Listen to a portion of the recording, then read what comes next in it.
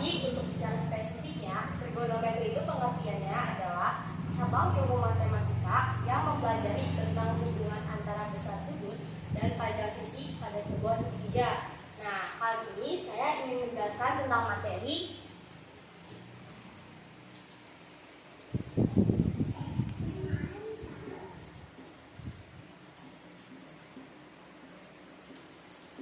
identitas trigonometri. Nah, identitas trigonometri itu ada yang namanya nanti ada sin, ada cos, ada tan. Nah, rumusnya itu kalau untuk sin itu 1 per cosec. Nah, atau bisa aja untuk mencari cosec sama dengan 1 per sin. Nah, lalu nanti ada lagi namanya cos. Cos itu 1 per sekon, atau bisa aja sekon sama dengan 1 per cos. Nah, lalu untuk yang tan 1 per kotan.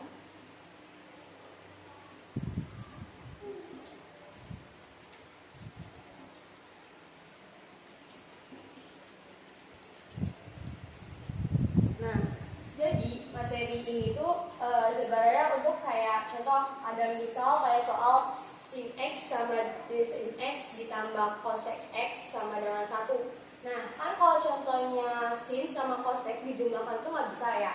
Jadi dia tuh sama-sama harus punya keluarga yang sama. Jadi contoh kalau contoh dalam satu soal tuh harus ada namanya sin sama sin. Gak pula ada sin ada cosec gitu. Nah, jadi di sini tuh kita untuk merubah sin x menjadi cosec itu berarti harus kita pakai rumus ini. Nah, keterbalikannya untuk cosec itu kalau mau berubah jadi sin itu harus pakai rumus ini. Nah, begitu pun semuanya. Nah, sekarang kita masuk ke contoh soalnya.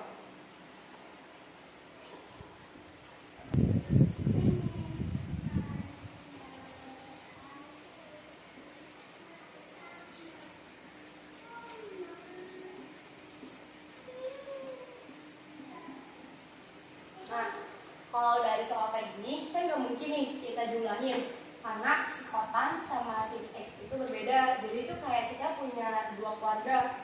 Nah, pertama tuh keluarga kotan x, terus lalu ada keluarga sin x. Nah, jadi kalau keluarga mereka berbeda, itu tuh nggak boleh namanya jumlahin ataupun dikurangin. Jadi kita harus samain dulu si mau diganti kotannya atau sinnya juga terserah. Tapi karena kita ganti lebih mudahnya, kita ganti kotan aja biar ubah jadi sin. Nah, rumusnya tadi untuk merubah kotan menjadi sin itu adalah 2 dalam kurung 1 per sin x tutup kurung ditambah sin x min 4 sama dengan 0. Nah, untuk mengubah dan menghilangkan si sin x-nya ini, maka kita kali sama sin x. Nah, cara ngalinnya itu gini. Kan sin x dikali sin x itu pasti hilang kan, karena kayak sama aja kayak a kali a, berarti kan sama dengan 0. Nah, jadi maka kalau contohnya itu ditulis 2 plus 1 karena bisa 1, lalu tambah sin x dikali sin x, berarti kan sama aja kayak sin x kuadrat. Nah, lalu dikali min 4 sin. Kalau dikali min 4 sin berarti kayak sama aja si sin x itu pindah ke 4. Jadi min 4 sin x sama dengan 0. Nah, kalau udah kayak gini, pertama-tama tuh kita ubah dulu nih tata letaknya. Karena kalau tata letaknya itu si sin x kuadrat ini harus berada di depan. Dan sin 4 sin x itu yang nggak ada kuadrat yaitu di tengah-tengah, dan yang nggak ada keluarga sin cos atau tan-nya itu berada di belakang. Jadi cara penulisannya gini, sin kuadrat x ditambah kurang 4 sin X. Nah, 2 tambah 1 jadi kan 3, berarti ditambah 3 sama dengan 0. Nah, kalau udah kayak gini, kita pakai permisalan. Karena kan kalau contohnya mau ngitung kayak gini nggak bisa, karena dari kedua keluarganya aja berbeda semua, nggak ada yang sama. Nah, jadi kita pakai permisalan. Kita pakai misalnya sin X itu kita permisalkan jadi B. Nah, ini sebenarnya bebas mau permisal pakai X, mau pakai Y, gitu terserah. Nah, tapi biar kita beda kita pakai D. Nah, lalu kita ini kita ubah nih semua. Jadi sisi X itu kan kita permisalan jadi D. Jadi ada kuadratnya, jadi kita itu D2 tambah 3 sama dengan 0. Nah, kalau contoh udah kayak gini kan ini nggak ada sedan, jadi nggak usah kita ubah. Nah, kalau kayak gini itu kita pakai yang namanya itu ada 2 kelompok. Nah, yang pakai kupu-kupu nih, cara kupu-kupu kayak gini. Nah, kalau udah kayak gini, pertama ini si D-nya ini kan ada kuadrat. Nah, kita taruh di salah satunya D, ini D. Nah, lalu cara kedua itu kita lihat ini untuk yang ini kan plus, sedangkan ini min. Perjumlahan berapa ataupun ini yang berapa, min atau plus, yang bisa ini jadi min kan ada yang namanya min sama dengan plus, terus plus sama dengan min, lalu ada plus sama dengan plus. Nah, ini kita pakai yang kayak gini untuk menentukan si ini sama si ini itu pakai yang mana. Nah, karena di sininya itu plus sedangkan sininya min, maka berarti kita bisa pakai min. Bisa pakai min sama dengan plus. Jangan pakai yang plus min sama dengan min. Nanti hasilnya itu bakal min. Nah, jadi kita pakai min kan. Min. Nah, lalu kita cari nih perkalian berapa yang menghasilkan 3 langkah selanjutnya. Nah, karena 3 itu kan pasti bisa kan 3 kali 1. Nah, maka kita taruh yang 3-nya di depan dan yang 1-nya di belakang. Nah, udah kayak gini. Habis itu kita cocokin nih apakah benar kalau contohnya min D kuadrat min 4D tambah 3 sama dengan 0 tuh hasilnya itu kayak gini. Cara buat ngebuktinya itu adalah min 3 sama min 1 menghasilkan min 4 atau bukan. Kalau misalkan iya berarti udah benar. Kalau contohnya misalnya dia berbeda, hasil segini sama ini berbeda, maka salah. Jadi kita cari perkalian berapa yang nanti kalau ditambah itu menghasilkan sini. Nah, lalu kalau udah kayak gitu kita turunin D sama dengan 3, terus D sama dengan 1. Nah, udah kan kayak gini. Nah, lalu kita sekarang saatnya mencari persamaan trigonometri dasar. Kayak gimana caranya? Pertama kita lihat nih D sama dengan 3 itu kan D itu kan kayak sama aja kan X sama dengan 3 ini kan X sama dengan 1. Nah, kalau contohnya ini kan X sama dengan 3 itu nggak ada kan di situ. Nah, maka kalau contohnya itu kita sebut aja dia ini TM. TM itu artinya nggak usah diubah, nggak usah dicari persamaan trigonometri dasarnya. Berarti udah stop dia sampai situ karena nggak ada sudut yang berapa hasil berapa yang sudutnya itu segitu. Nah, jadi kita pakai karena tan X sama dengan 1 ada, yaitu jadi sudut 45, maka kita pakai bisa. Jadi sini tan X sama dengan tan 45. Nah, udah kan kayak gini. Lalu kita lanjut nih dicoret tannya karena yang sama kan hanya tan sama tan, jadi kita coret lalu menyisakan X sama dengan 45. Nah, habis kayak gini kita kotakin. Nah, kalau udah kotak kayak gini berarti udah stop, nggak boleh diubah-ubah, nggak boleh ditukar-tukar. Nah, cara untuk nentuin si X sama si alfanya di mana itu kan yang kalau X itu di depan, kalau yang alfa itu pasti selalu di belakang.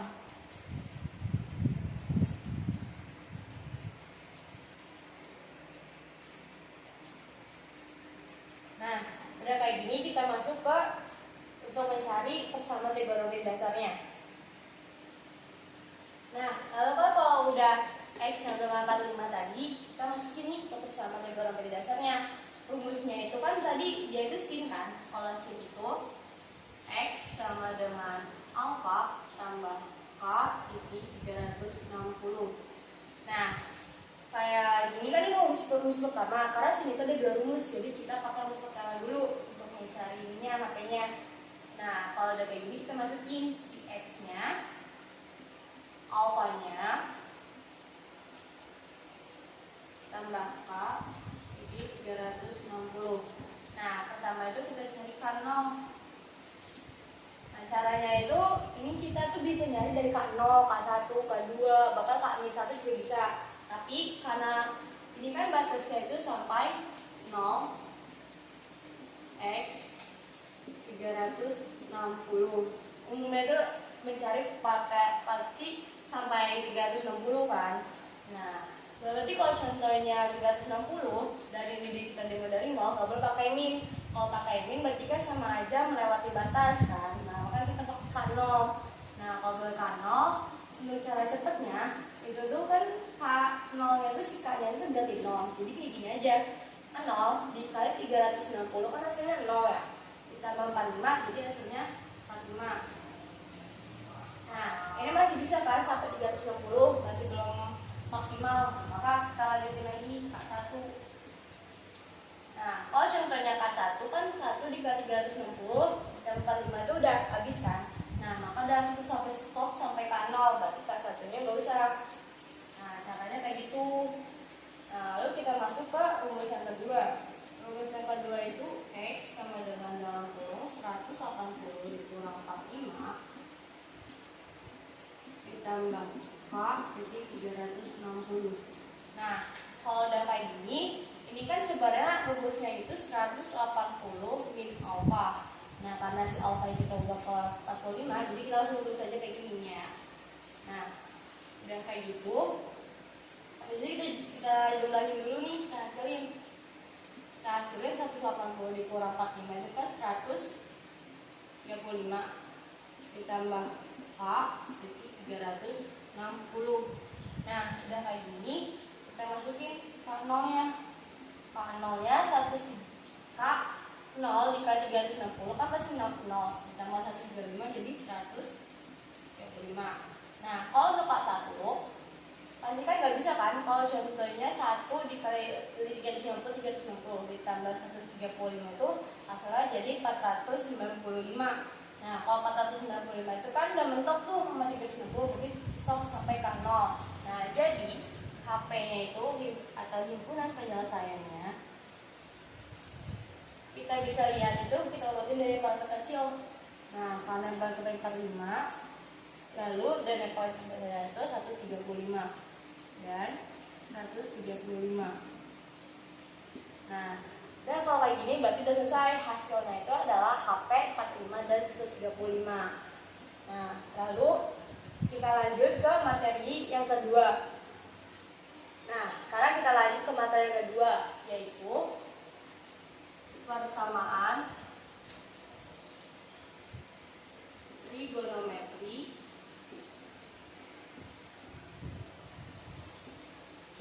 berbentuk, atau yang sering ketemu itu adalah A cos X tambah B sin X sama dengan C. Nah, ini rumus utamanya. Nah, kenapa bisa rumus utamanya ini? Karena kan nanti pasti ketemu ya sama namanya contoh akar 3 sin X ditambah 2 cos X sama dengan 1. Nah, ini kan pasti nanti kita disuruh tentuin nih A-nya mana, B-nya mana, lalu C-nya yang mana. Nah, pasti kalau kalian mikirnya itu karena ngikutin ini, pasti mikirnya A-nya itu akar 3 dan B-nya itu 2, lalu C-nya 1. Nah, itu sebenarnya salah. Karena kita untuk menentukan A-nya itu, ingetin kalau A pasti di belakang cos dan B pasti di belakang sin. Nah, kalau C tetap aja pasti di depannya di sisi depan sama dengan. Nah, kalau udah kayak gitu, kalian nggak boleh terkecoh nih. Kalau contohnya misalnya sisinya depan, B-nya apa, terus yang belakangnya tuh cos, berarti kita harus bisa tentuin A-nya yang mana, B-nya yang mana, C-nya yang mana. Nah, pertama kalau yang ini kita kasih rumusnya dulu. Rumus yang pertama adalah cara lengkapnya. Kita mencari A, B, sama C nih. Kita mencari A, B, sama C. Nah, lalu kalau udah begitu, kita pakai langkah kedua. Langkah kedua itu K sama dengan akar A kuadrat tambah B kuadrat. Nah, kalau udah kayak gini, lalu kita masuk ke langkah yang kedua. Langkah yang ketiga, maaf. Langkah yang ketiga itu adalah delta sama dengan tan min 1 atau yang bisa kita sebut tan inverse dalam kurung B per A. Nah, udah kayak gini kan? Nah, lalu langkah keempatnya kita menentukan sudutnya. Menentukan sudut dari delta. Nah, kita kan tujuan sudutnya itu dari isi hasil ini. Nah, lalu kalau udah masuk ke angka yang kelima. Angka yang kelima itu ini kita bisa masukin nanti H cos dalam kurung X min delta sama dengan C. Nah, lalu angka ke-6 mencari AP-nya. Nah, udah kayak gini, sekarang kita masuk ke contoh soalnya. Nah, ini kan ada soal nih. Nah, kita pertama tuh kita tentuin dulu nih si A, B, C-nya. Kita tadi langkah pertama yang menentukan A, B, C. Nah, A, B, C-nya itu kan A itu setiap di belakang cos kan. Nah, karena di cos, jadi berarti A-nya akan 3. Lalu B-nya itu karena ini nggak ada, berarti kita anggap 1. Dan C-nya itu 2, karena ini C-nya 2 belakangnya. Nah, kalau udah kayak gini, kita masukin langkah pertama tadi adalah A sama dengan akar A kuadrat tambah B kuadrat sama dengan, nah ini kita ganti jadi A nya ini kita ganti jadi akar 3 kuadrat. Nah, lalu ditambah B jadi 1 kuadrat. Nah, udah kayak gini, akar apa? Akar 3 kuadrat. Kalau contohnya akar, tapi setiap akar yang punya kuadrat itu pasti hasil tetap aja kayak menghilangkan si akar ini. Jadi hanya 3, 1 kali 1 sama dengan 1. Nah, kayak gini kan berarti hasilnya akar 4 ya. Nah, perkalian berapa yang menghasilkan akar 4? Nah, karena perkalian 2 kali 2 itu sama dengan 4, tadi kita tulis jadi 2. Nah, udah kayak gini, kita masuk ke step yang kedua. Step kedua itu delta sama dengan tan inverse sama dengan B per A. Nah, B per A nya ini, B nya itu 1, A nya itu akar 3.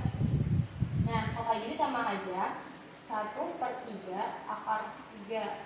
Nah, udah kayak gitu kan. Nah, lalu kita masuk ke step yang ketiga. Nah,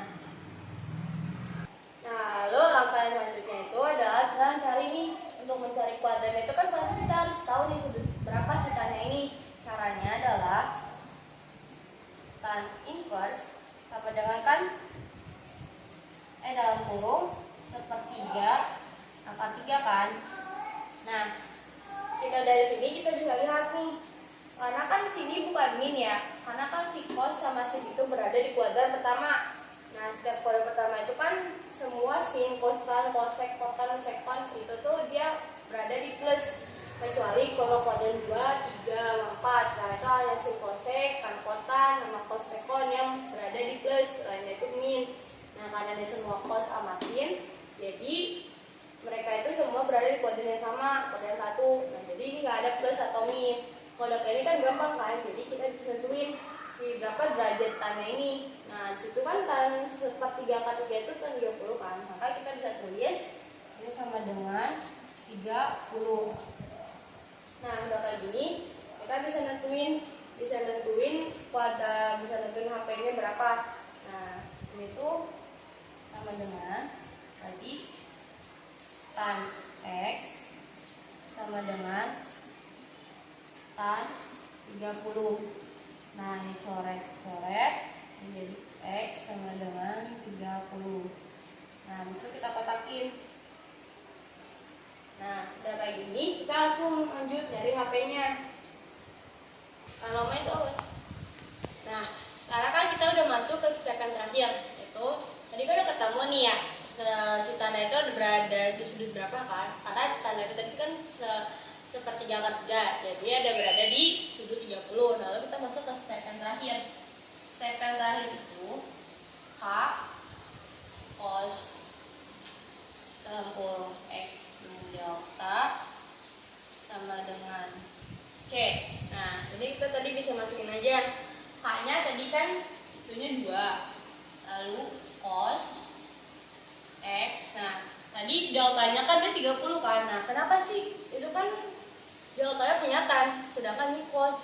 Nah, sebab itu sama aja. Jadi itu kan kalau mau kalian itunya kosin, ntar disuruhnya nyari tan, tapi ntar ujung-ujungnya kita untuk mencari si cos. Nah, karena itu udah ada rumusnya. Nah, berarti kita masukin deltanya 30, C-nya tadi itu kan 1. Nah, udah kayak gini, ini si 2-nya itu kita pindahin ke belakang, karena nggak boleh ada angka. Kalau mau ngejumlahin itu nggak boleh ada angka di depan cos, mau sin itu ataupun tan. Kecuali kalau pas di soal awal tuh boleh ada 2 di depan. Tapi kalau contoh untuk mencari HP itu nggak boleh ada cos di depan. Jadi kita tulis cos X min 30 sama dengan 1/2 karena 2-nya pindah. Nah, udah kayak gini, kita bisa tahu nih untuk mengubah si setengahnya menjadi sudut itu gimana. Nah, karena cos setengah itu adalah 60, jadi kita bisa ubah cos X min 30 sama dengan cos 60. Nah, ada kayak gini, ini coret-coret jadi X min 30 sama dengan 60. Kotakin, jangan lupa ya. Nah, udah kayak gini, kita masukin rumusnya. Rumusnya adalah X sama dengan alfa tambah K 360. Nah, ini sama aja, cosnya juga punya 2 rumus ataupun 2 cara. Nah, lalu kita masukin nih si X-nya itu kan ini X nih, ini X. Yang ini untuk alfa. Kalian nggak boleh karena mentang-mentang ini ada sudutnya, ini jadi masukin ke alfa itu nggak boleh ya. Nah, ini kalau contoh udah tetap X, itu kalau contohnya di kirinya sama dengan itu berarti X, dan di kanannya sama dengan itu berarti alfa. Dan itu nggak boleh tukar-tukar. Nah, baru kita masukin nih X-nya. X-nya itu X min 30 sama dengan 60 tambah K 360. Nah, udah kayak gitu, mau kalau contohnya mau kita jumlahin, nggak boleh si X-nya itu ada temennya, dia itu harus sendirian. Jadi si 30-nya itu kita pindahin ke sini. Jadi X sama dengan 60 tambah 30 tambah K 360. Nah, ini kan 60 tambah 30 itu hasilnya 8. Hasilnya 90 ya. Ditambah K 360. Nah, udah kayak gini kita masukin K-nya. K 0. Yuk. Nah, kan K apa 0 dikali 360 itu kan 0 ya. Ditambah 90 jadi 90. Nah, kalau misalkan kita lanjut K1, pasti kan hasilnya melebihi batas ya, karena batas itu biasanya itu sampai 360. Nah, jadi kalau contohnya dari K1 itu bisa menghasilkan menjadi 450 ya. Nah, jadi kalau contoh itu udah kita stop batas sampai K0. Lalu kita lanjut ke rumus yang kedua. Rumus keduanya itu X sama dengan alfa tambah K 360. Kita masukin aja ya. Jadi X min 30 sama dengan min 60 tambah K 360. Ya kayak gitu kita pindahin. Jadi min 60 tambah 30 tambah K 360. Nah, karena kan ini ada min ada plus kan, jadi kayak kita aja ini punya utang, ini terjadi tabungan, jadi sisa 20 kan. 20 tambah K 360. Udah kayak gini, kita mulai masuk ke K-nya K0. Nah, K0 kan 0 dikali 360 itu hasilnya 0 tambah 30 jadi 30. Nah, untuk kalau lanjut ke K1 pasti nggak bisa kan, karena itu melebihi batas. Nah, jadi HP-nya adalah, nah yang dari paling kecil kan 30. Lalu yang kedua yaitu ada 90.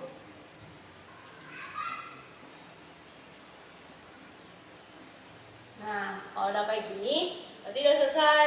Nah, jadi kesimpulannya adalah kita itu sama aja, masa rumusnya mau persama trigonometri berbentuk ataupun tadi yang identitas trigonometri. Nah, jadi hasilnya tetap akhirnya itu suruh mencari HP. Nah, jadi sekian dari saya, kurang lebihnya mohon maaf, atau berada kesalahan mohon dimaafkan. Nah, terima kasih.